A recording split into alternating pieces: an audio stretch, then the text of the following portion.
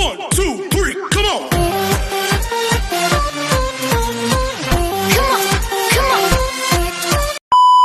Hello beautiful people! Welcome back to my channel. This is your Mama Sam. Hola mga amigo, amiga, kumare at kumpare. Kamusta kayong lahat? Sana lahat po kayo ay okay at safe ngayong araw na ito.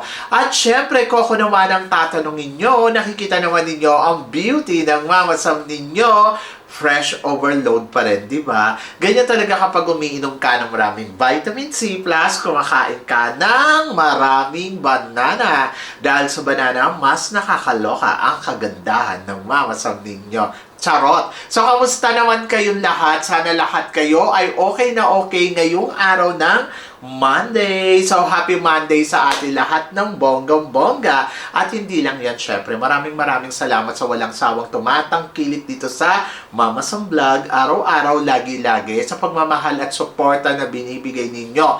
At saka, syempre, sa mga makasolid na makamama Sam dyan na talaga naman tumututok dito. Maraming salamat po sa inyong lahat. Kaya naman ngayong araw na to, marami akong hatid na chika sa inyo na talaga naman, oh my gosh, magtataas ang kilay ninyo ng bonggang-bongga sa mga pag-uusapan natin ngayon. Kaya guys, huwag na nating patagalin ang ating mga chika. So para sa una natin chika, ito nga pinag-uusapan sa social media. Ang mga pambato ng Baguio. Bakit daw malakas ang Baguio sa Miss Universe Philippines? To be honest, hindi pa sila nananalo talaga ng Miss Universe Philippines. Malakas lang yung kandidata na pinapadala ng Baguio. Yes, agree naman ako na talaga namang aabangan mo lagi ang pambato nila.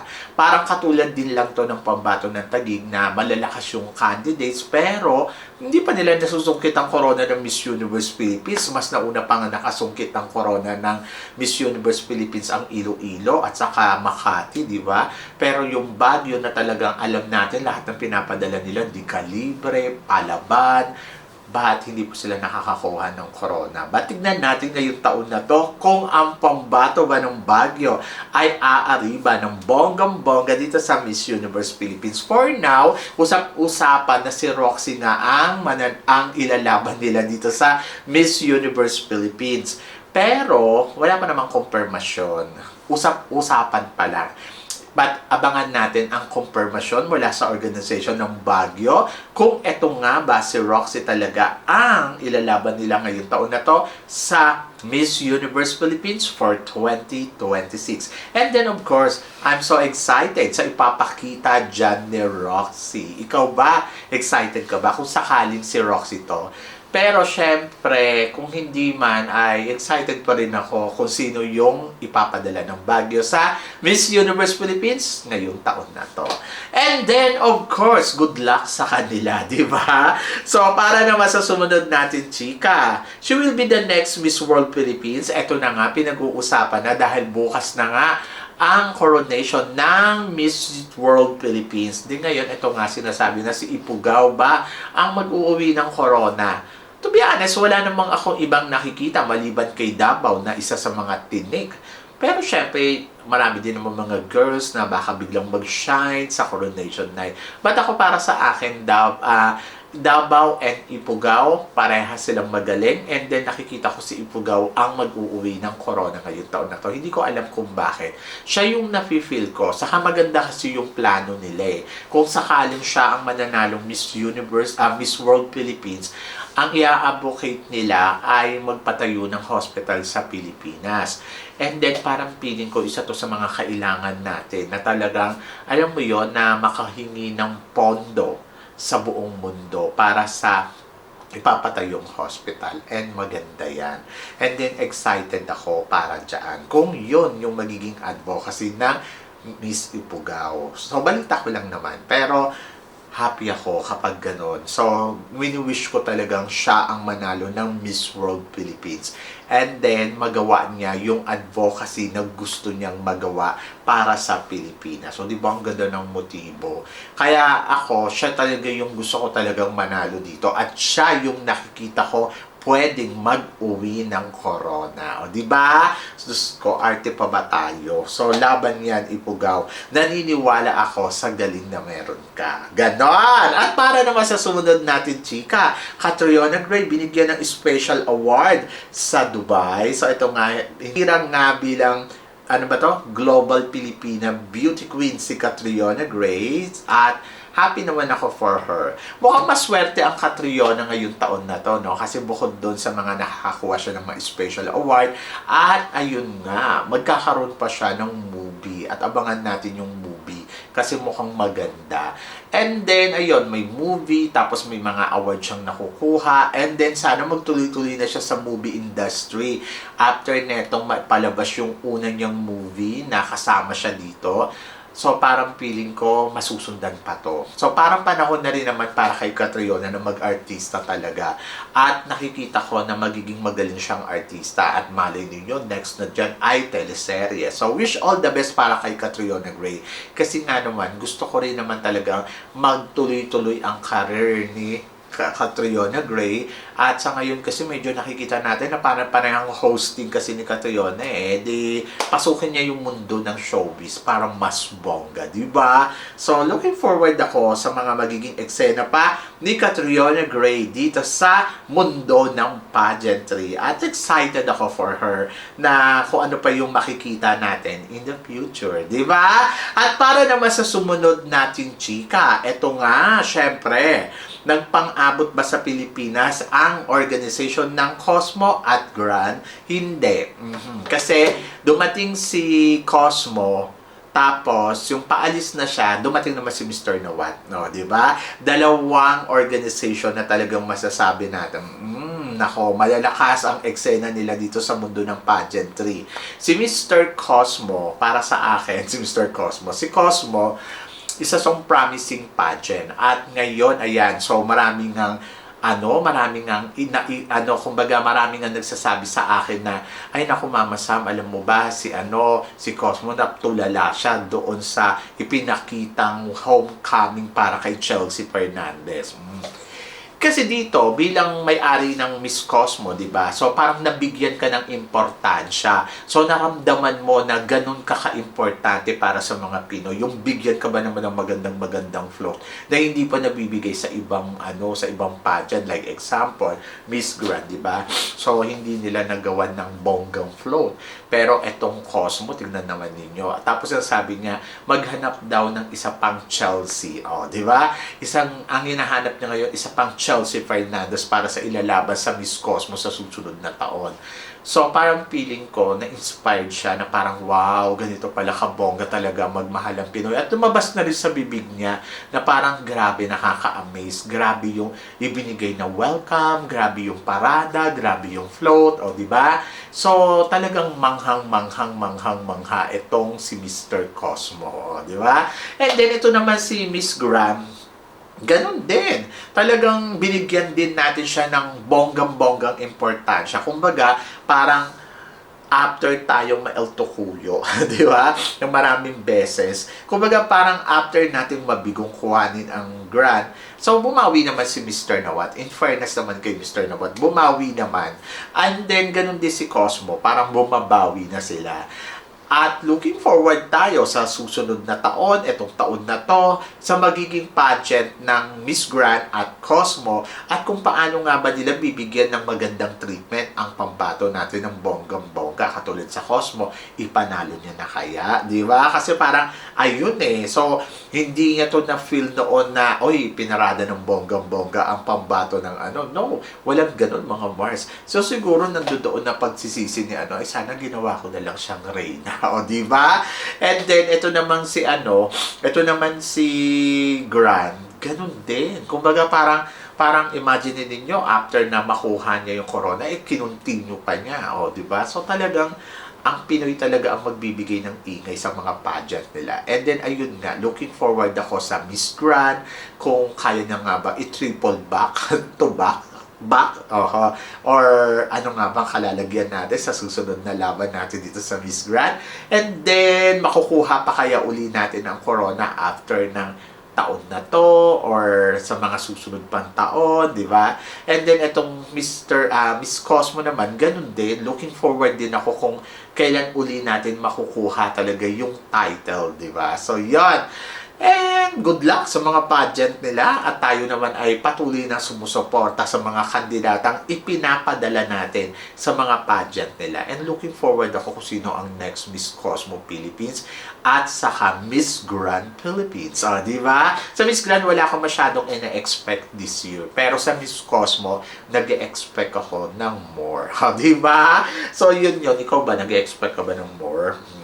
Yun, ang gagwapo nila, in fairness. So, ito na. Para sa sumunod natin, chika, stronger, kinder, more in control February. I'm ready for you.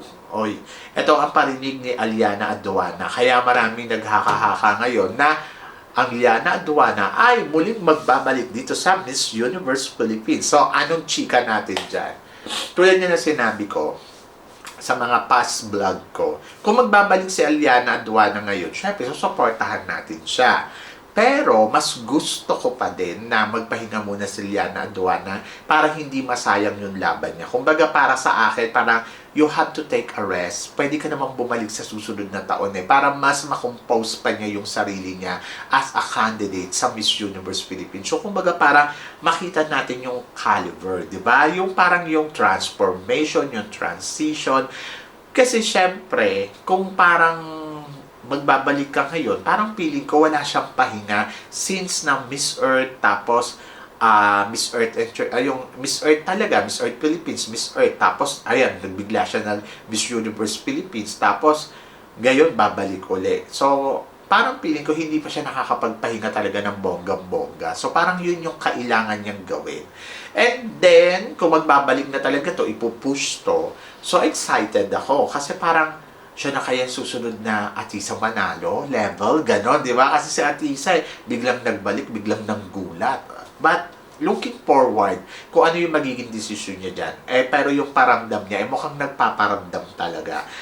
So, tingnan natin kung anong mangyayari, kung talaga siya ba ay magbabalik.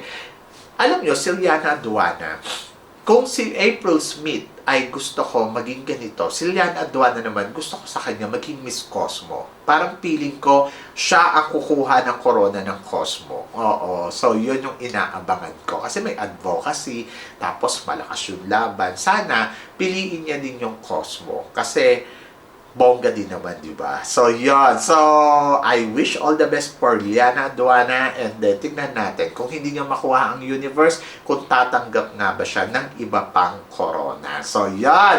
Ay, nako, I'm so excited. Pero ito, mas excited. Kahapon, kinoronahan nga ang dalawang reyna ng Cebu. So, una ay Cebu City. Ito ay si April Smith. Oho. So, syempre, magulat tayo, di ba? Para naman nagulat talaga. Hindi na ako nagulat. Hindi ako na-surprise. Hindi rin ako nagtaka na parang, aha, ang reaction ko dyan. Sabi ko na nga ba eh. So, April Smith, yes. Para sa akin, sabi ko nga sa vlog ko kagabi, si April ay pwedeng gawing Miss Supranational. Bakit hindi? Hindi pa tayo nagpapadala ng Black Beauty. So kung ako, tatanggap sana si April Smith ng mga iba pang crown, not only ang universe. Kasi pag universe lang ang pinili niya, aba, make sure April na talaga, ikaw talaga yung pinakamagaling at pinaka-the best. Alam ko magaling sa April, pero syempre nandoon ako na parang hindi masayang lang yung kanyang pagbabalik. Hindi dapat willing siyang umaccept talaga ng ibang crown. Katulad ng halimbawa, supranational, di ba? Kasi kapag nag-supranational sa dyan, bongga yan, di ba? Yung parang first time pa lang natin magpapadala ng Black Beauty candidate sa supranational. And why not, di ba? And then, dito naman kay Nicole Bermeo, oh my gosh, I'm so excited kasi pwede siyang maging Miss Universe Philippines talaga. Parang it's look like, tawag dito, Atisa Manalo, di ba? From the Binibining Pilipinas International and first runner-up sa Miss International to become next Miss Universe Philippines. And, ayun nga, di ba? Naging siya, parang naging, tawag dito, naging third runner-up sa Miss Universe, o di ba? Ang bongga. So, ako naman, aba, Nicole Bermeo, pwede to. Malay ninyo, biglang magkabaliktad. Kung si Nicole ay naging third runner-up sa Miss International, baka naman pag dinala mo siya sa Miss Universe, ay maging first runner-up naman siya, di ba? So talagang naloka talaga ako nung nakita ko si Nicole. At parang feeling ko, in fairness kay Nicole, mukhang magiging malakas talaga ang laban niya dito sa Miss Universe Philippines. Kasi naman, ang ganda ng lola mo, ang fresh, di ba? So parang Atisa Manalo 2.0 lang ang magiging eksena niya dito. Ganon! At yon, kung nagawa ni Atisa Manalo ng Miss Universe Philippines, I think kaya din to ni Nicole Bermeo. At tiwala ako kasi si Nicole Bermeo, alam naman natin yan na marunong talaga, lalo na pagdating sa entablado ng mga pageant, di ba? So marunong siya mag-prepared sa sarili niya at alam niya kung paano niya ipapanalo ang competition. So malaking hamon to para kay Nicole and looking forward talaga ako kung ano ang magiging eksena niya dyan. O, di ba? Kung paano siya kakabog, paano siya, ay nako, ibubugay yung laban niya. At ayun na nga, excited talaga ako. So, yan! So, good luck!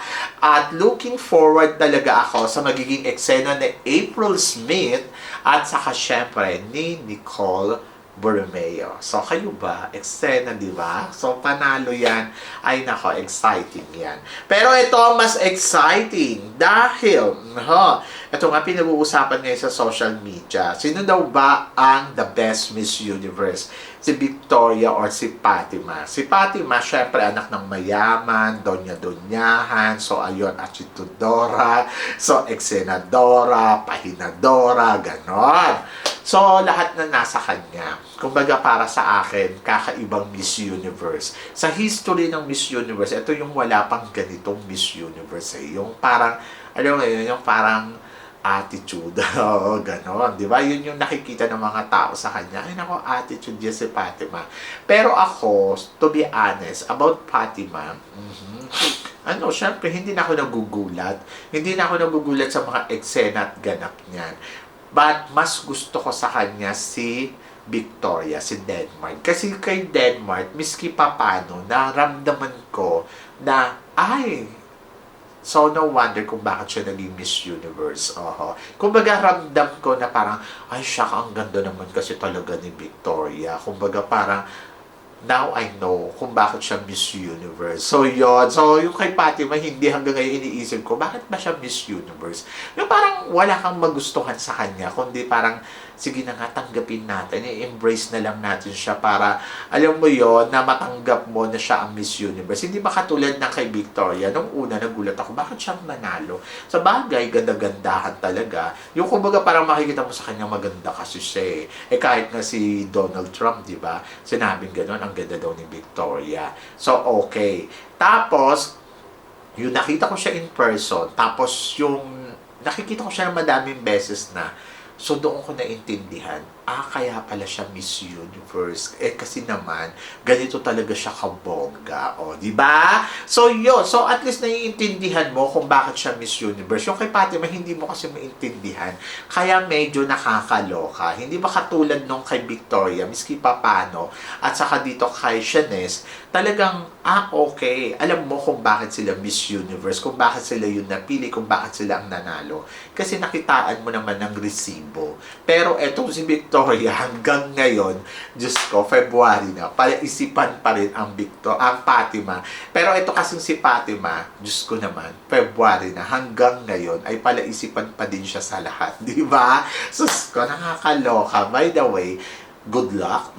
Good luck sa mga Miss Universe na to. At ayun nga, looking forward ako for that next Miss Universe competition. Kung tingin natin ay makakahanap na kaya talaga sila ng pangkalibring Miss Universe na hindi mako-question ng lahat. Diba? So, yon. So, kayo guys, ano guys ang masasabi ninyo dito sa mga pinag-uusapan natin ngayon? Naluloka din ba kayo? So, please comment below para at least malaman ko naman kung ano naman ang chika mo dito sa mga tinatalakay natin. Syempre, maraming salamat sa inyo lahat sa support at pagmamahal na binibigay ninyo syempre dito sa channel ko. At sa mga hindi pa nakaka-subscribe, please don't forget to click like and subscribe my channel. At i-click nyo na rin po ang notification bell to more updated, syempre, sa aking mga chika. Sabi ng ganon, always keep smiling and laban lang. So guys, hanggang dito na lang. Hanggang sa muli nating chikahan. See you tomorrow. Thank you guys!